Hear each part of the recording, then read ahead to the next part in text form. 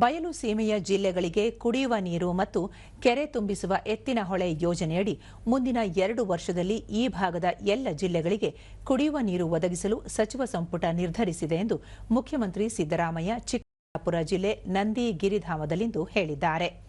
ಸಚಿವ ಸಂಪುಟ ಸಭೆಯ ಬಳಿಕ ಮಾಹಿತಿ ನೀಡಿದ ಅವರು, ಕೋಲಾರ, ಚಿಕ್ಕಬಳ್ಳಾಪುರ, ಬೆಂಗಳೂರು ಗ್ರಾಮಾಂತರ, ತುಮಕೂರು, ಹಾಸನ ಜಿಲ್ಲೆಗಳಿಗೆ ಕುಡಿಯುವ ನೀರು ಪೂರೈಕೆ ಮಾಡಲಾಗುವುದು. ಆ ಬಳಿಕ ಈ ಜಿಲ್ಲೆಗಳ 50% ಕೆರೆಗಳಿಗೆ ನೀರು ತುಂಬಿಸಲು ಆದ್ಯತೆ ನೀಡಲಾಗುವುದು ಎಂದು ಹೇಳಿದರು. ಎತ್ತಿನಹೊಳೆ ಯೋಜನೆಯ ಪರಿಷ್ಕೃತ ಅಂದಾಜು 23,251 ಕೋಟಿ ರೂಪಾಯಿಗಳಾಗಿದ್ದು, ಈವರೆಗೆ 17,147 ಕೋಟಿ ರೂಪಾಯಿ ವೆಚ್ಚವಾಗಿದೆ.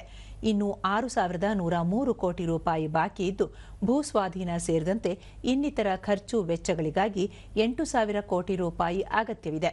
9 ಜಿಲ್ಲೆಗಳ 75 ಲಕ್ಷ ಜನರಿಗೆ ಕುಡಿಯುವ ನೀರು ಒದಗಿಸಲು ಕ್ರಮ ಕೈಗೊಳ್ಳಲಾಗುತ್ತಿದೆ ಎಂದು ಹೇಳಿದರು. 2-3 ದಿನಗಳ 4-5 ದಿನ ಒಂದು ವಾರ ಆಯ್ತು ನನಗೆ ಕಾಣಿಸುತ್ತಿಲ್ಲ. ಒಂದು ವಾರ ಆಗಿದೆ.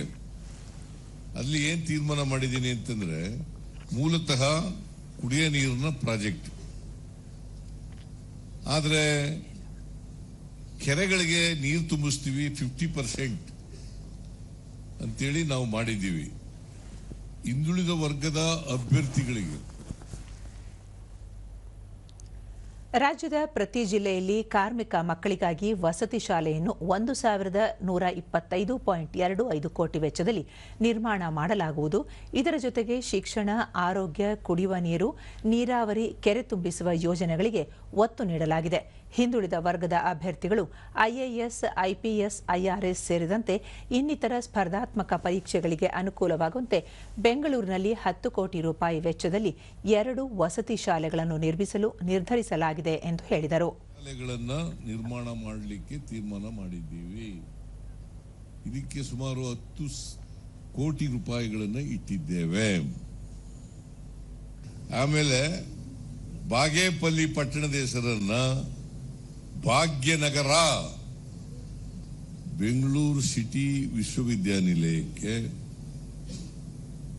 ದಿವಂಗತ ಪ್ರಧಾನಿ ಡಾಕ್ಟರ್ ಮನಮೋಹನ್ ಸಿಂಗ್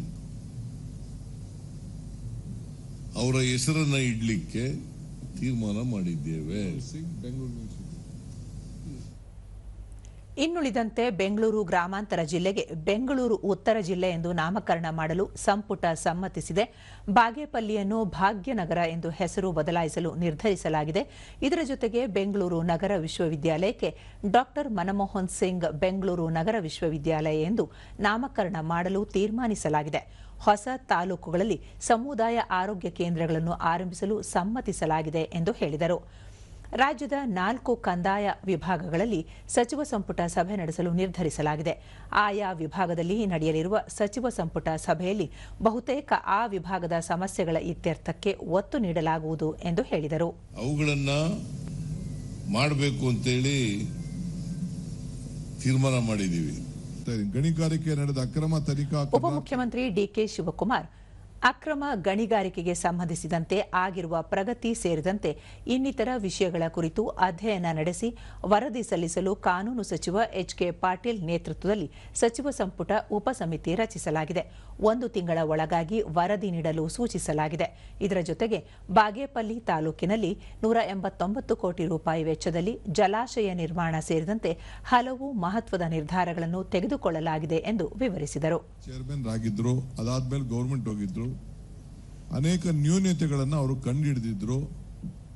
ಬಹುಶಃ ಅದರ ಬಗ್ಗೆ ಎಷ್ಟು ಯಾವ ರೀತಿ ರಿಕವರಿ ಮಾಡಬೇಕು ಮತ್ತೊಂದು ಅಂತೆಲ್ಲ ಬೇಕಾದಷ್ಟು ಸಲಹೆಗಳೆಲ್ಲ ಬಂದಿತ್ತು, ಬೇಕಾದಷ್ಟು ತನಿಖೆಗಳೆಲ್ಲ ಆಗಿತ್ತು.